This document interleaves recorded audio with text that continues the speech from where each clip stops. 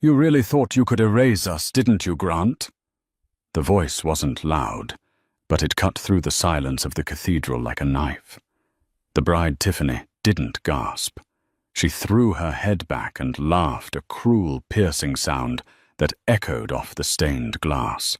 She thought it was a pathetic attempt at extortion. She thought she had won. But she didn't know that the envelope in the woman's hand didn't contain a lawsuit for money.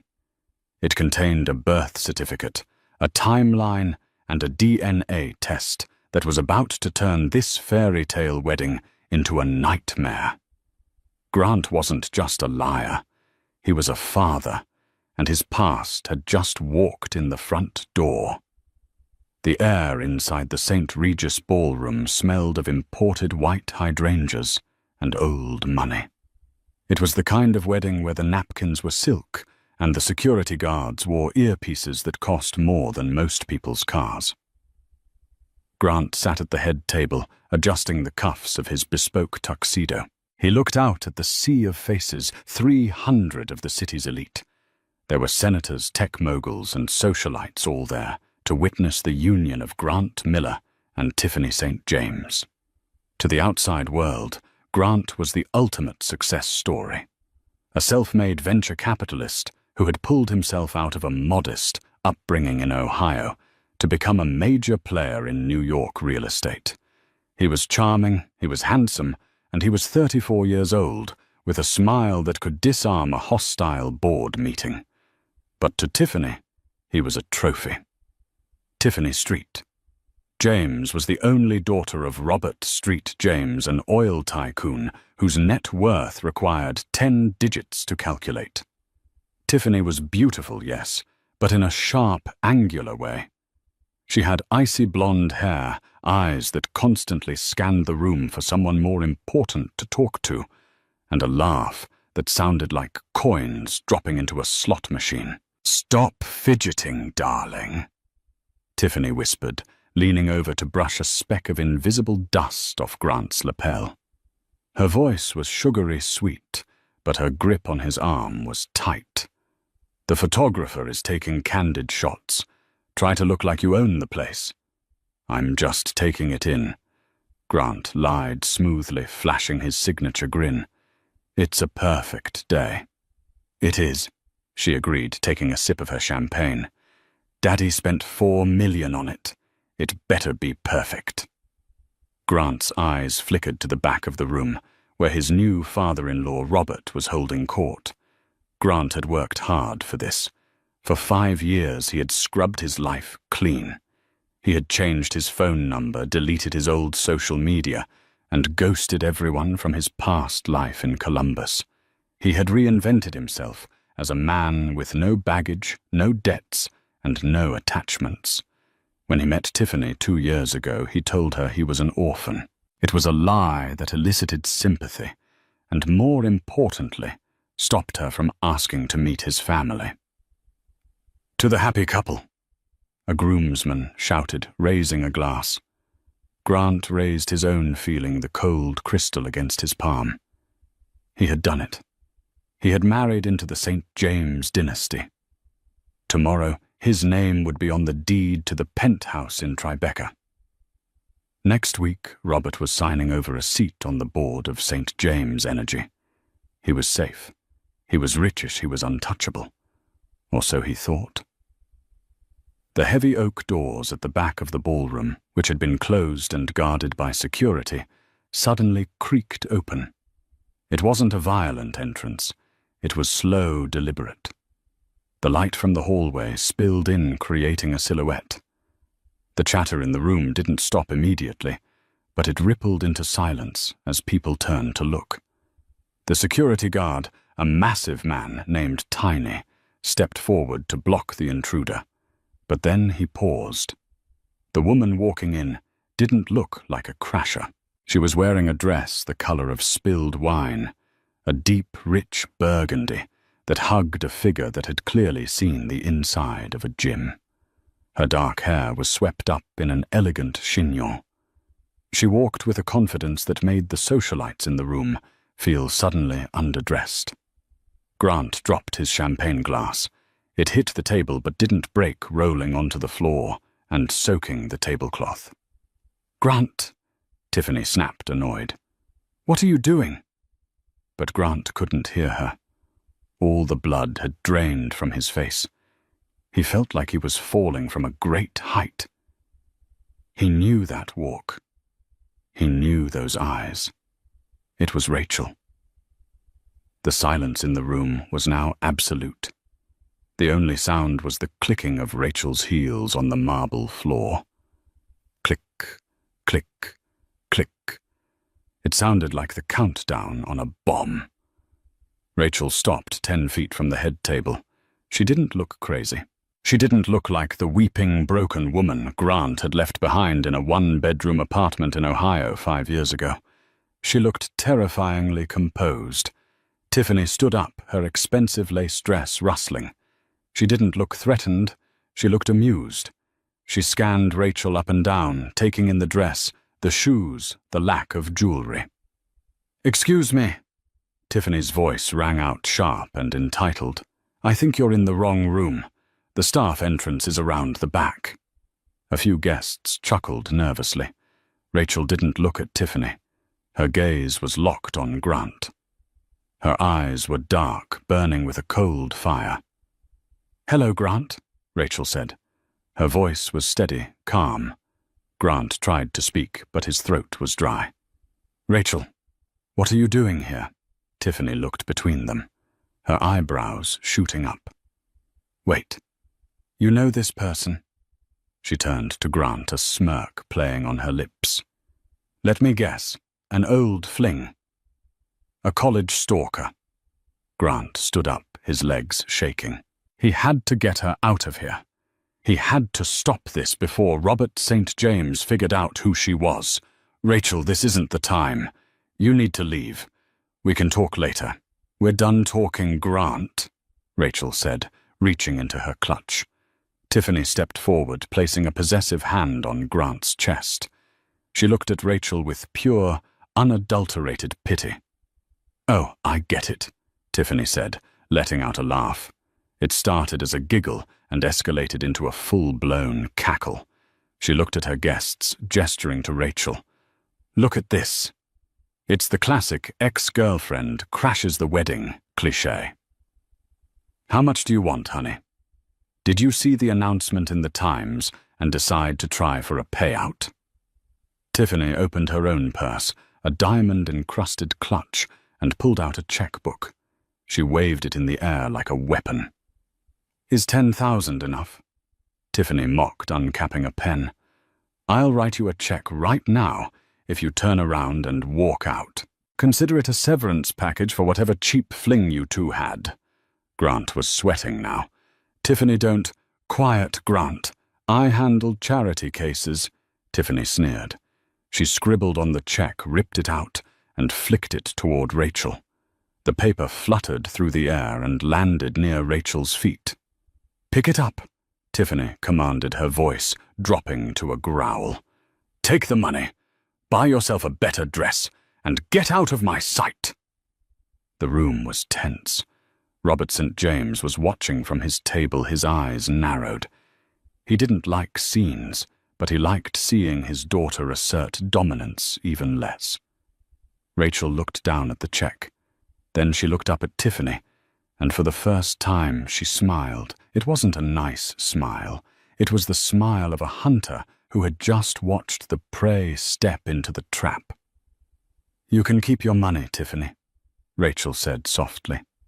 "I don't need it. I own a software firm in Chicago.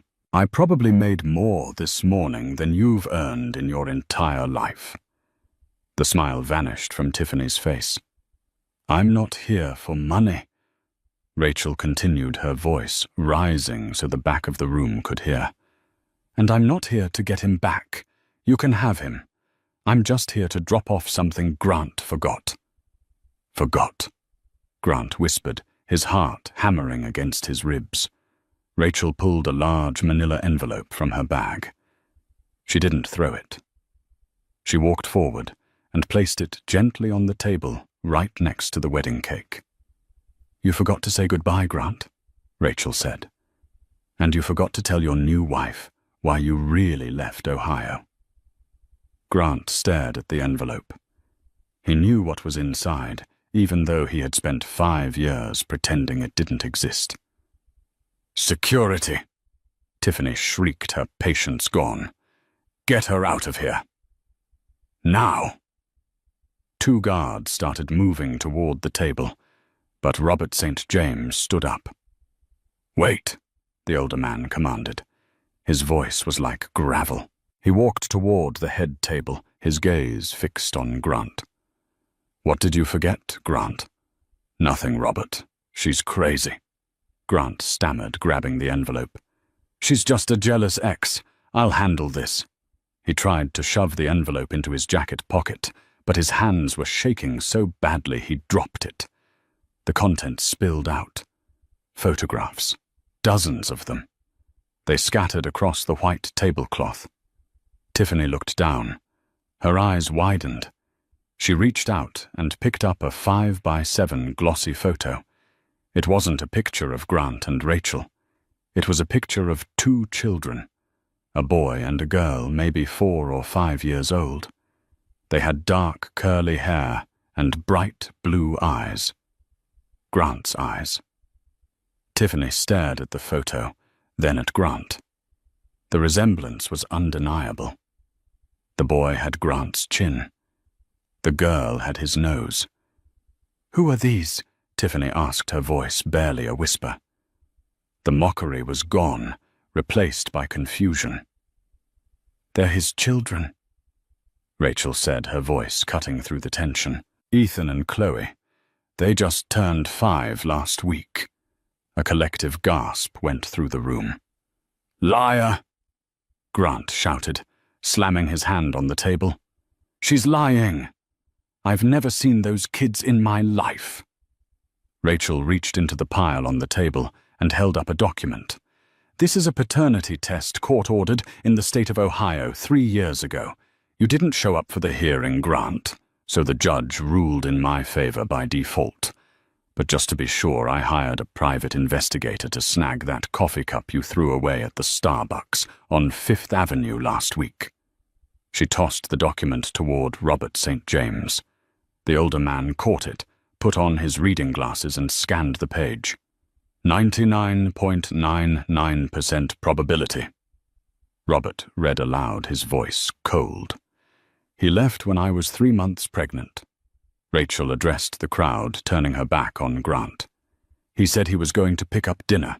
He emptied our joint bank account, all $6,000 of our savings, and never came back. I called the police. I called hospitals. I thought he was dead." She turned back to Tiffany, whose face was now pale as the hydrangeas. "He wasn't dead, Tiffany. He was here, climbing the social ladder, telling you he was an orphan." Rachel took a step closer to the bride. "You laughed when I walked in. You thought I was trash. But tell me who is the real trash. The single mother who built a company while raising twins alone, or the man standing next to you who hasn't sent a single birthday card in 5 years?" Tiffany looked at Grant. She looked like she was seeing a stranger. "Grant," she asked, her voice trembling, "is this true? You told me your parents died in a car crash. You said you had no family." It's complicated, Tiff," Grant pleaded, reaching for her hand. "I was young. I was scared. I didn't know she was pregnant when I left." "Another lie," Rachel interrupted. She pulled a piece of paper from her pocket, a crumpled, yellowing note. "This is the note you left on the kitchen counter. I can't do this, Rachel. I'm not ready to be a father. Don't look for me." She held it up for the cameras that were now zooming in. "You knew, Grant. You knew exactly what you were leaving behind." Robert St. James looked up from the paternity test. His face was purple with rage. He had built his empire on reputation, on the concept of family legacy. "You have children," Robert boomed, "and you hid them. You married my daughter under false pretenses." "Robert, please, I can explain." Grant said, backing away as the older man advanced. I did it for us. I wanted to be worthy of Tiffany. I knew you wouldn't accept a guy with baggage. Baggage, Rachel said, her voice dropping to a dangerous whisper. Is that what you call them? Baggage? She pulled out her phone. Would you like to see a video of the baggage crying on their birthday because their daddy didn't come home? Stop it, Grant screamed. Just stop. I'm not done, Rachel said. And neither is the law. The doors at the back of the room opened again. This time it wasn't a woman in a red dress. It was two uniformed police officers and a man in a sharp grey suit holding a briefcase. Grant Miller, the man in the suit called out.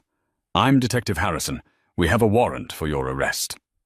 Grant Miller had always prided himself on his ability to talk his way out of anything.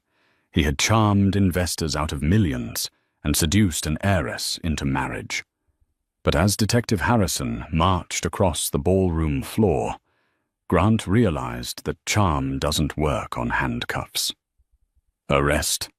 Grant laughed nervously, looking at Robert. Robert, tell them. This is a misunderstanding. It's a prank, right part of the reception entertainment. Robert St. James didn't even blink. He poured himself a glass of whiskey from the table, took a sip, and sat down. He looked like a king watching an execution. I don't think this is entertainment, Grant, Robert said calmly. And if it is, the reviews are going to be terrible. Detective Harrison reached the table. He was a man who looked like he had seen everything and was impressed by none of it. Grant Miller, also known as Greg Milburn. He began reciting the words from memory. You are under arrest for grand larceny, wire fraud, and identity theft. Identity theft, Tiffany gasped, her hand flying to her throat. That's right, Ma'am, the detective said, glancing at the bride. The man you're marrying isn't Grant Miller. The real Grant Miller died in a boating accident in 2015. This man, he gestured to the groom, is Greg Milburn. He stole the identity of his deceased college roommate to wipe his credit history clean after he fled Ohio. The room erupted. The whisper broke into a roar.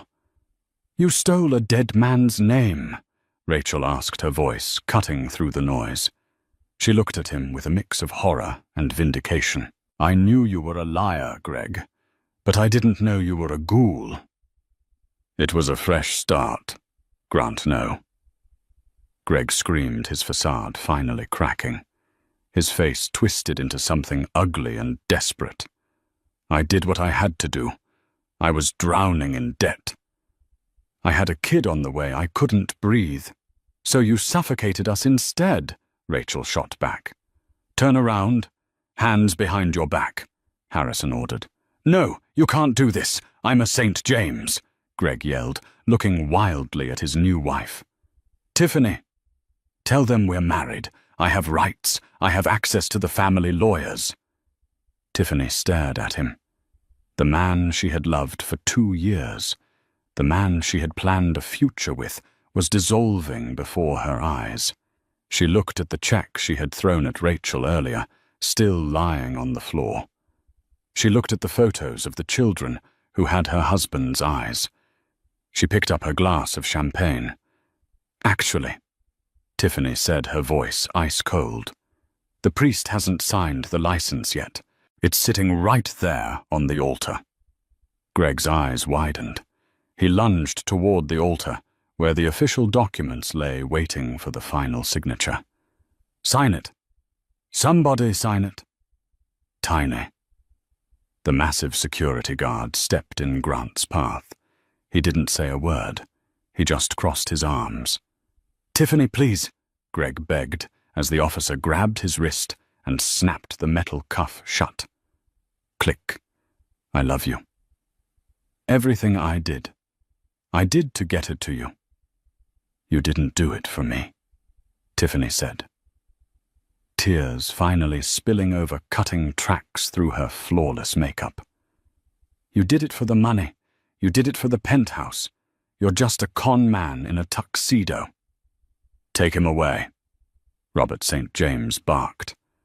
As the police dragged him out, Greg Milburn, the man who would be king of New York, was kicking and screaming like a child. The guests held up their phones, live-streaming the downfall. The flashbulbs that were meant to capture the wedding of the century were now capturing the mugshot of the year. When the heavy doors finally slammed shut, the silence returned. But it wasn't peaceful. It was heavy. Rachel stood alone in the center of the dance floor. She didn't look triumphant. She looked exhausted.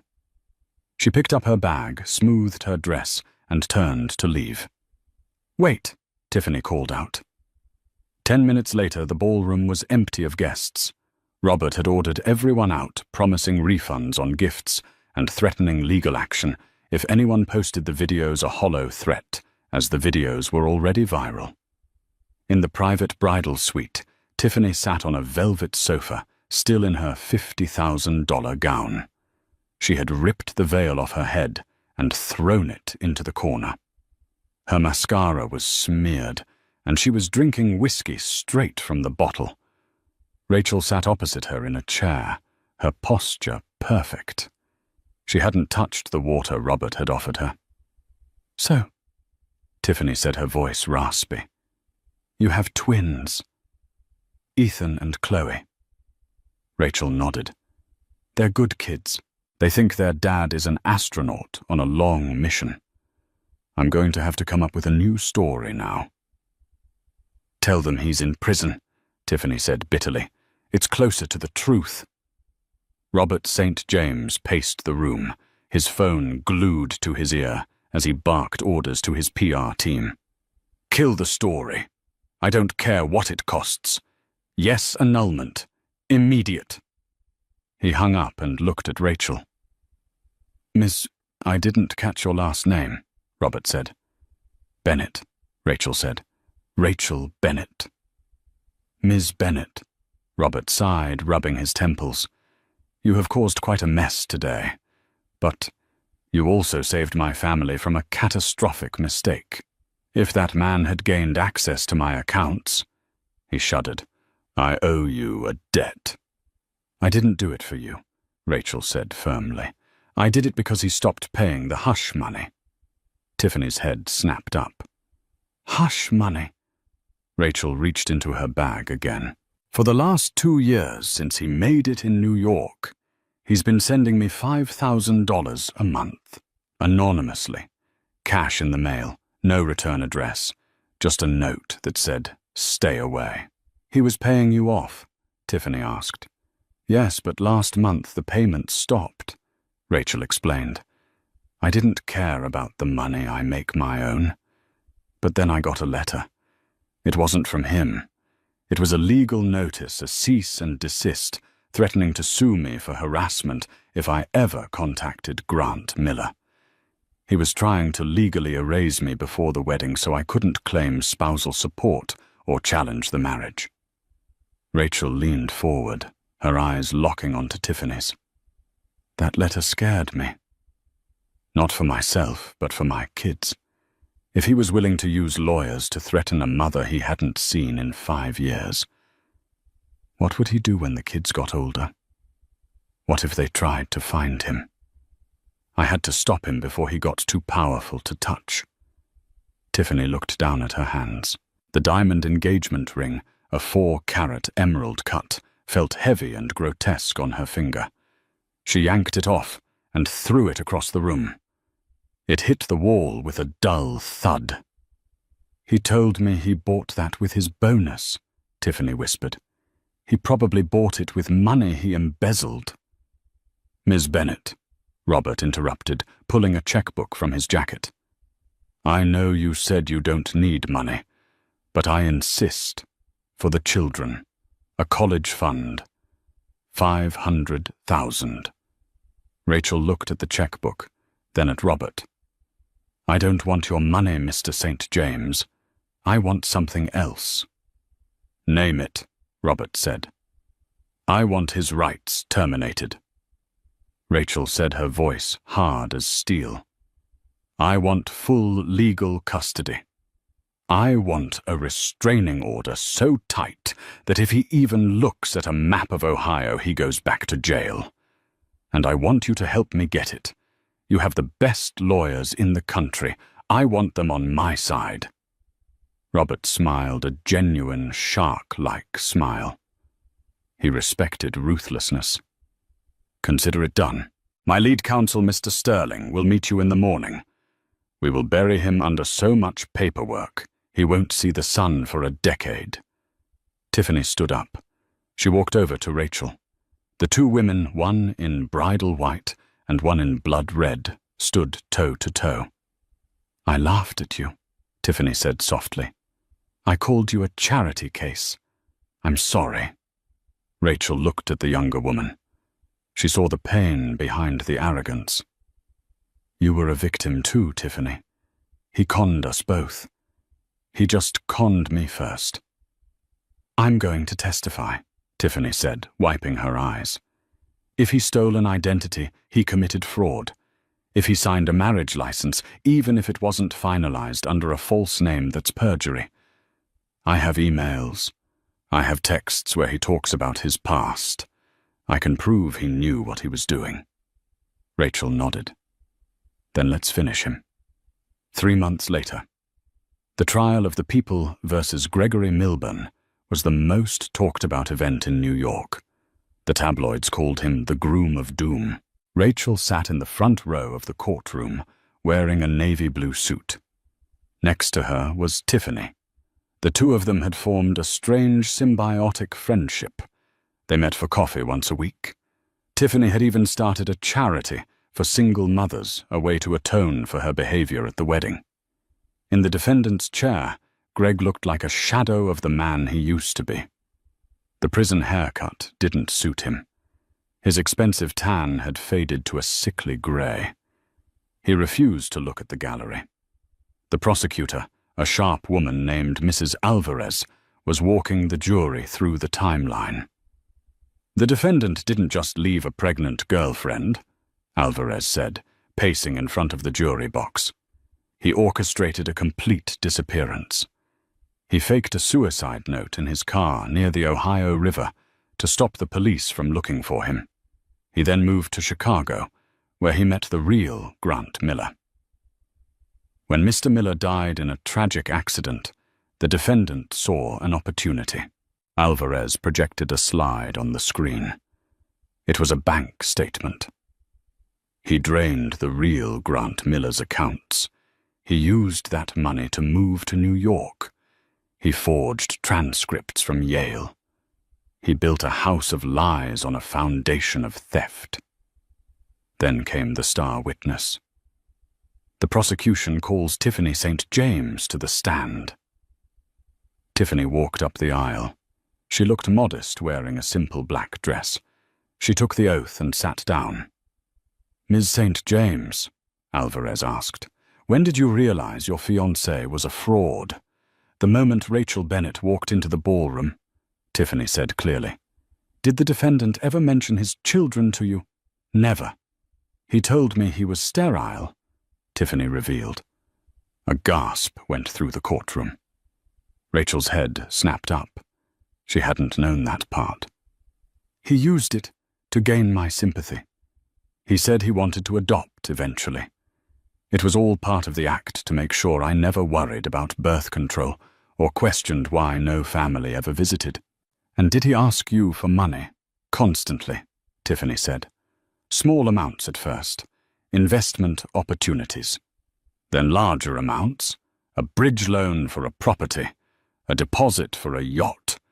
In total, I transferred him nearly $2 million of my personal trust fund." Greg's lawyer, a court-appointed attorney who looked like he'd rather be anywhere else, stood up. "Objection. Relevance." "It goes to the pattern of behavior, Your Honor," Alvarez shot back. "He strips women of their assets and their dignity, then moves on." "Overruled," the judge said. Tiffany looked directly at Greg. For the first time, he looked back. He mouthed the words, "I loved you." Tiffany leaned into the microphone. "He is a parasite," she stated for the record, and he picked the wrong host. The trial lasted 2 weeks. The evidence was overwhelming. DNA test.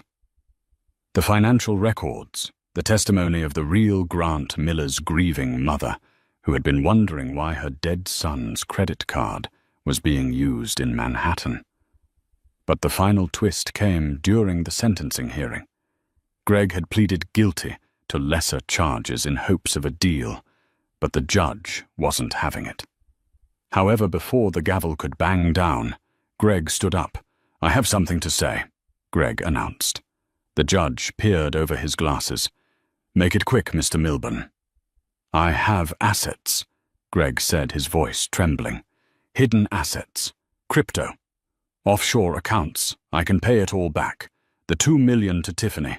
The child support to Rachel. I have nearly $5 million stashed away." The courtroom went silent. Even Rachel was stunned. $5 million. "I'll give up the keys to the accounts," Greg bargained, looking desperate. "If you give me probation, I can pay everyone back. I just want to see my kids. I want to be a father." He turned to Rachel, tears streaming down his face. "Rachel, please, for Ethan and Chloe. Don't let their dad rot in a cell. Let me buy their future."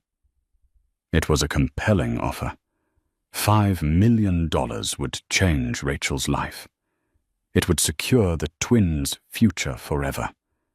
It was enough to make anyone pause. The judge looked at Rachel.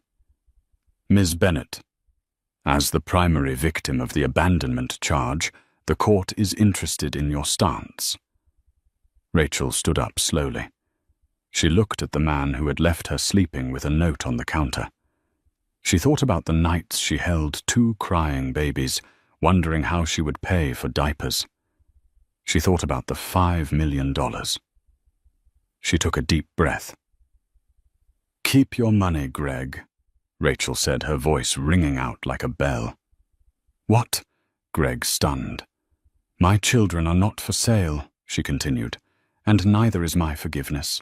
You think money fixes this? You think you can buy 5 years of missed birthdays? You think you can buy the memory of me waking up alone?" She turned to the judge. "Your Honor, if he has $5 million, it's stolen money. Seize it. Give it to the victims of his other scams. But do not give me a dime if it means letting him walk free. I would rather raise my children in a shack than have them know their father bought his freedom with blood money." Tiffany stood up next to her. "And I don't want it either. Lock him up." The judge nodded, a rare look of respect on his face. "Gregory Milburn," the judge said, "it seems your credit is no good here." The fluorescent lights of the Manhattan Criminal Court buzzed with a low, headache-inducing hum that seemed to vibrate against the inside of Rachel Bennett's skull.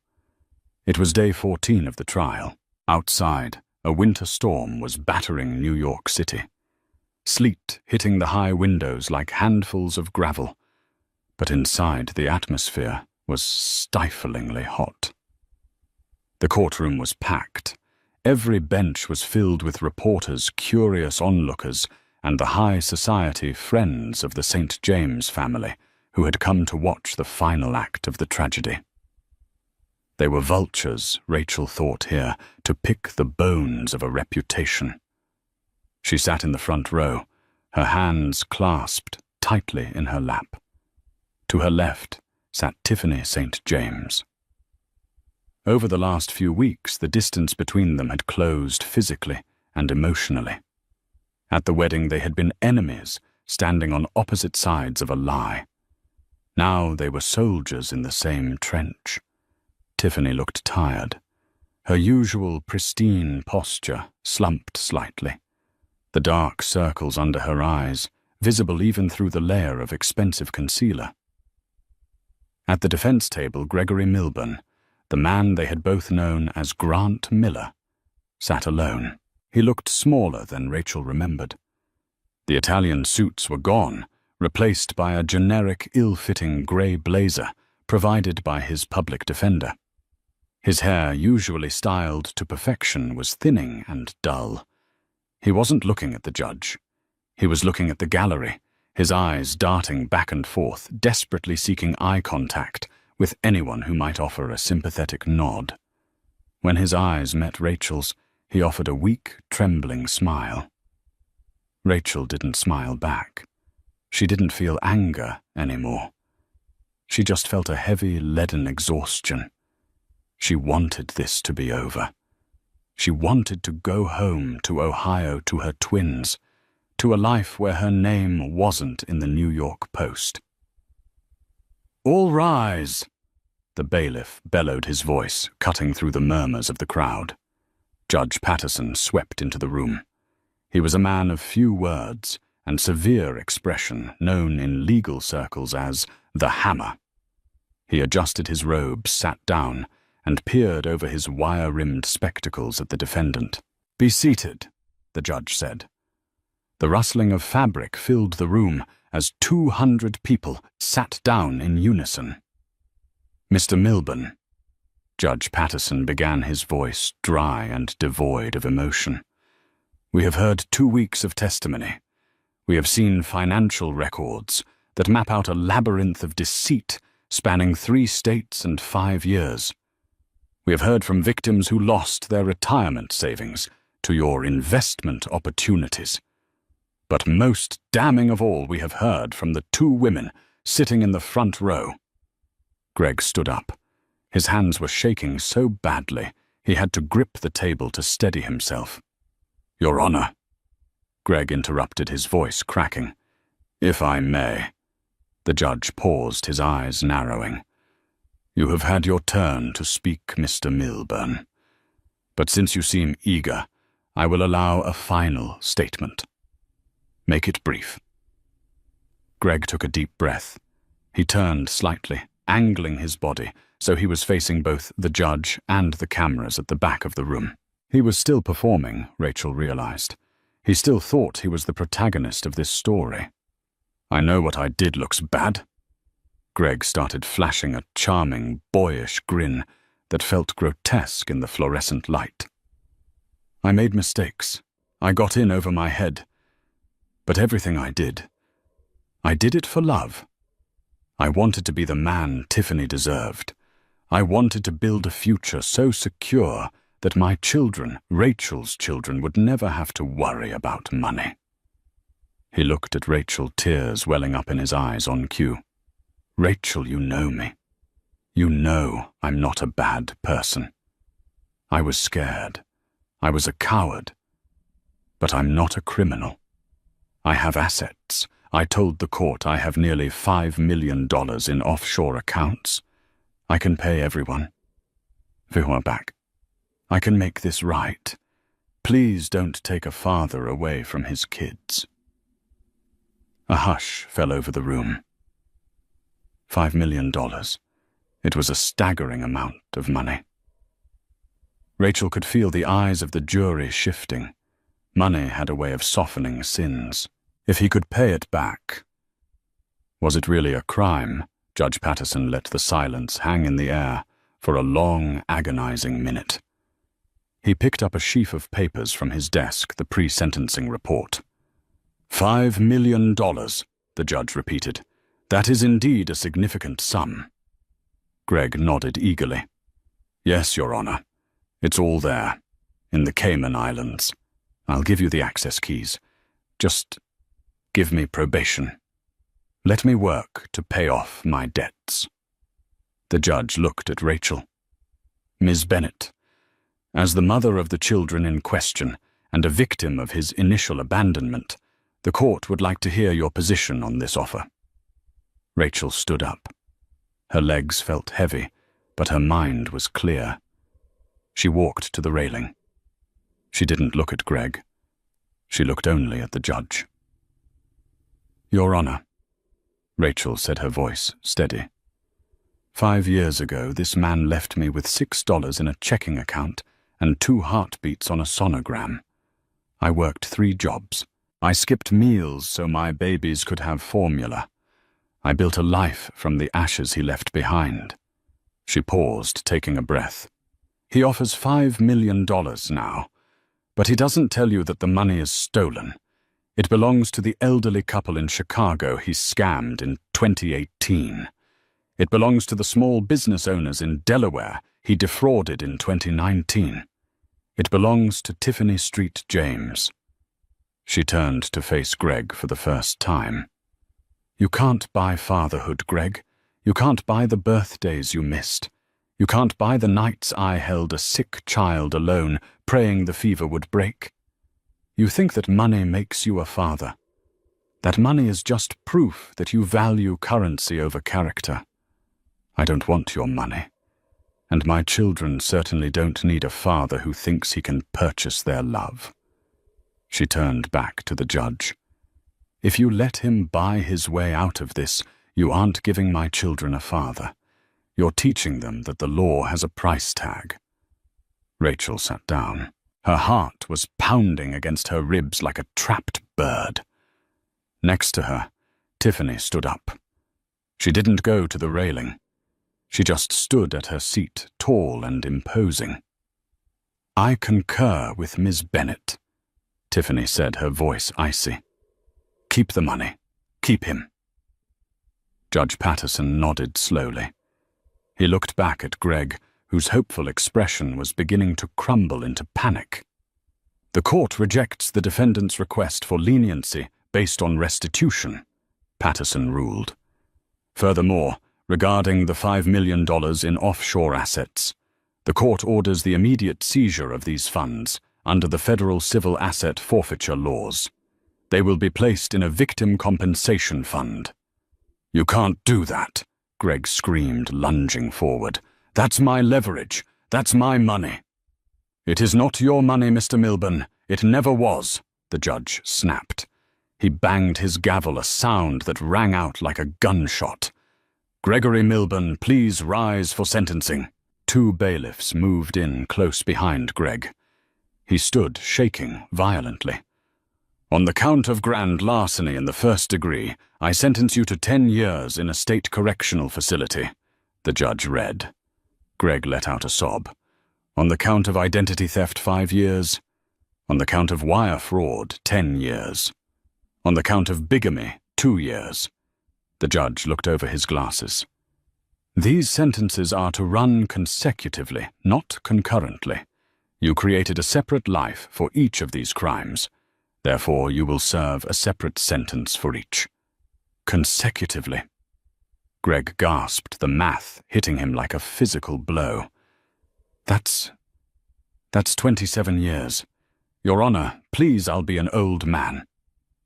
You should have thought of that before you decided to play God with people's lives, Patterson said, closing the file. Bail is revoked. The defendant is remanded to custody immediately. Tiffany! Greg shrieked, turning around as the bailiffs grabbed his arms. He looked wild, his eyes wide and white. Tiffany, help me. Call your dad. Call the governor. I love you. I did it for us. Tiffany didn't move. She watched him with the detached curiosity of a scientist observing a specimen in a jar. Rachel! Greg yelled as they dragged him toward the side door. Tell the kids. Tell them I tried. Tell them I love them. They don't know who you are, Rachel whispered to herself, too quiet for him to hear. The heavy steel door slammed shut, cutting off his screams. The silence that followed was heavy, thick with the residue of destroyed lives. Then from the back of the room, someone started clapping. Then another. It wasn't a thunderous applause, just a slow, steady rhythm of approval. Robert St. James, sitting 2 rows back, leaned forward and placed a hand on Tiffany's shoulder. It's done, darling. He's gone. Tiffany let out a long, shuddering breath and leaned into her father's hand. She looked at Rachel. Are you okay? Tiffany asked. Rachel looked at the empty defense table. For 5 years, She had been running from a ghost. She had been looking over her shoulder, waiting for the other shoe to drop. Now the ghost was locked in a cage.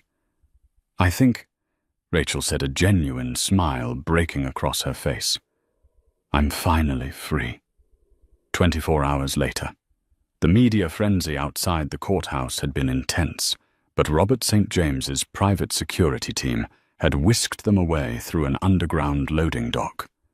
Now the silence of Tiffany's penthouse apartment in Tribeca felt almost deafening. It was the same penthouse Greg had bragged about buying. The irony was that the deed had always been in Tiffany's name. Greg had just been a guest in her life, in every sense of the word. Rachel stood on the balcony, looking out at the glittering skyline of Manhattan.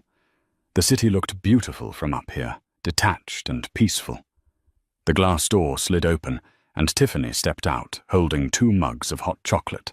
She was wearing sweatpants and an oversized hoodie, clothes the old Tiffany wouldn't have been caught dead in. "Here," Tiffany said, handing her a mug. "I put a shot of Bailey's in it. I figured we earned it." "Thanks," Rachel said, wrapping her hands around the warmth. They stood in silence for a moment, watching the traffic below. "So," Tiffany said, leaning against the railing. "What now? You go back to Ohio." "I have to," Rachel said. "I have a company to run, and the twins, they need normalcy. They need to get back to school." "I was thinking," Tiffany said hesitantly. "My dad, he's been talking to his lawyers. He wants to set up a trust for Ethan and Chloe. Education, healthcare, whatever they need. He feels responsible. He introduced Greg to half the people he scammed." Rachel shook her head. "Tiffany, we talked about this. I don't need charity." "It's not charity, Rachel. It's penance," Tiffany said sharply. Then she softened. "Look, my dad is a shark. He's not a nice man, but he values family above everything. And strangely enough, he considers you and those kids family now. You're the only ones who told him the truth. Everyone else in his life just kisses his ring." Rachel sighed. She thought about the cost of college. She thought about the uncertain economy. "I'll accept it on one condition," Rachel said. "Name it. You have to be the trustee. You control it. And you have to come visit us in Ohio at least twice a year to check on your investment." Tiffany laughed, a real throaty laugh that sounded nothing like the tinkling fake laugh she had used at the wedding. "Deal. But I'm warning you, I don't do camping. If I visit Ohio, I'm staying at the Ritz." "We don't have a Ritz, Tiff. We have a Holiday Inn Express." "Lord help me," Tiffany groaned. They clinked their mugs together. It was a toast to the end of an era and the beginning of a strange, beautiful friendship, forged in the fire of betrayal. 5 years later, time has a way of smoothing out even the jaggedest edges. The first year was the hardest. Rachel had to testify at 3 more hearings regarding the seizure of assets. Tiffany had to endure the public humiliation of the divorce proceedings and the endless tabloid headlines, the runaway groom and the billionaire bride. But by year 3, the headlines stopped. People moved on to new scandals. And by year 5, Gregory Milburn was just a name in an old file. It was a crisp October afternoon in Columbus, Ohio. The leaves were turning brilliant shades of orange and gold, covering the sprawling backyard of Rachel's new home. It wasn't a mansion, but it was a beautiful, sturdy Victorian house with a wraparound porch and a tire swing in the oak tree. Rachel sat on the porch swing, a laptop balanced on her knees. Her software company, SecurePath, had just signed a contract with the Department of Defense. She wasn't just doing well. She was wealthy in her own right now. "Mom, watch this." Rachel looked up. Ethan, now 10 years old and lanky, was hanging upside down from the tire swing. Chloe was pushing him, laughing maniacally. "Careful, you maniacs," Rachel called out, smiling. A sleek black town car pulled into the gravel driveway. This was a rare sight in their quiet suburban neighborhood. The neighbors usually peeked through their curtains when it arrived. The driver opened the back door, and out stepped Tiffany Street James. She looked radiant. She wore a tailored camel coat and designer boots, but her face was softer, happier. She carried a Whole Foods bag in one arm and a massive Lego set in the other. Behind her, moving slower, but with no less dignity, was Robert St. James. He used a cane, now his hair completely white, but his eyes were sharp. "Aunt Tiff, Grandpa, Rob." The twins abandoned the swing and sprinted toward the car. Rachel closed her laptop and walked down the steps to greet them. "You're late?" Rachel teased as she hugged Tiffany. "Traffic on the I-70 was a nightmare," Tiffany complained, though she was smiling, "and Dad insisted we stop at some roadside stand for apple butter." "It's artisanal," Robert defended himself, handing Rachel a jar. "Good to see you, Rachel." "You too, Robert." They moved into the kitchen, which was filled with the smell of roasting chicken. It had become a tradition. Every few months, the St. James clan would fly down on their private jet, rent a car, and play suburban family for the weekend. While the kids dragged Robert into the living room to show him their report cards, Robert paid $100 for every a bribery scheme Rachel had tried and failed to stop Tiffany, and Rachel chopped vegetables at the island. "I saw him," Tiffany said quietly, slicing a cucumber with unnecessary force. Rachel stopped stirring the gravy. She didn't have to ask who. "How is he?" "Old," Tiffany said. "I went to the parole hearing last week, just to stand in the back. He looks hollow. He tried to speak, tried to give that old charm, but nobody was buying it. The board denied him in 5 minutes. And then—" Tiffany paused, putting down the knife. "Then the state prosecutors dropped the new hammer," she continued. "Tax evasion charges from 2016. They found another account he hadn't declared. They added 8 years to his sentence." Rachel did the math in her head. "He won't be out until the twins are nearly 20. "He'll be 62 years old," Tiffany said. "He'll have nothing. No money, no friend, women's, no family. He'll just be an old man with a record." Rachel looked out the window. Ethan was showing Robert how to play a video game on the TV. Chloe was braiding the tassels on the throw rug. They were happy. They were safe. They were loved. "Does he ask about them?" Rachel asked. "He tried to give me a letter for you," Tiffany said. She reached into her purse and pulled out a plain white envelope. It was wrinkled. "The guard let me take it. I told him I'd deliver it." Rachel wiped her hands on a dish towel and took the envelope. It felt light. Rachel Bennett was scrawled on the front in handwriting that looked shaky desperate. For a moment, the old fear flared up. The voice in the back of her head that said he still had power over her, that his words could still hurt. "Do you want to read it?" Tiffany asked softly. "It might be an apology, or a beg for money, or just more lies." Rachel looked at the letter. She thought about the man who wrote it.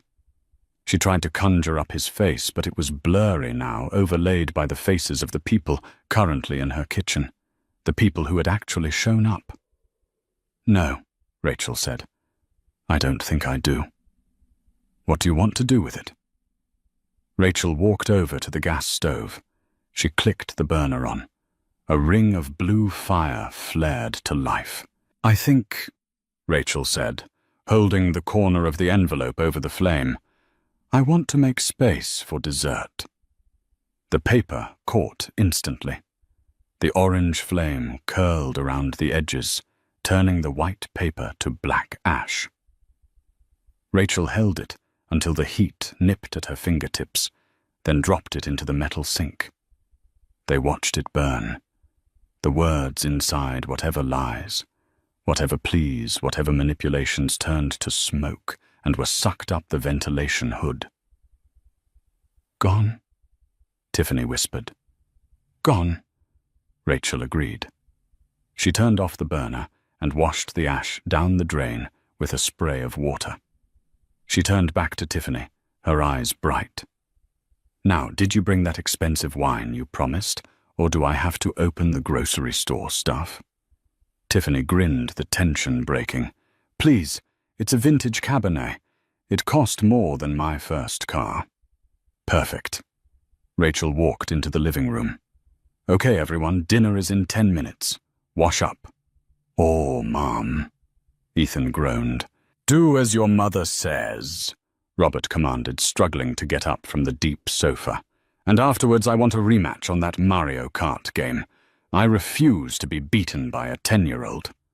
"I'm going to destroy you, Grandpa," Chloe giggled. Rachel stood in the doorway watching them. This was her family. It wasn't the traditional family she had dreamed of as a little girl. It was messy and weird, and born out of a disaster. But it was real. Greg Milburn was sitting in a 6-by-8 cell, staring at a concrete wall, holding on to memories of a life he had thrown away. Rachel Bennett was standing in a warm home, surrounded by laughter, holding a glass of wine poured by her best friend. She raised the glass to the ceiling, a silent toast to the universe. "You lose, Greg." She took a sip, and it tasted like victory. And that is the story of how one man's house of lies came crashing down. Greg thought he could trade people like stocks, abandoning his own children for a shot at a billion-dollar lifestyle. But he forgot the golden rule. The truth always has a way of walking through the front door, sometimes wearing a red dress. It's a powerful reminder that you can't build a real future on a fake foundation. In the end, the two women he tried to play against each other found a family in each other, while he ended up with nothing but time. What would you have done if you were Rachel? Would you have taken the $5 million to walk away? Or was justice worth more than the money? Let me know your thoughts in the comments below. If you enjoyed this story of justice and karma, please hit that like button. It really helps the channel.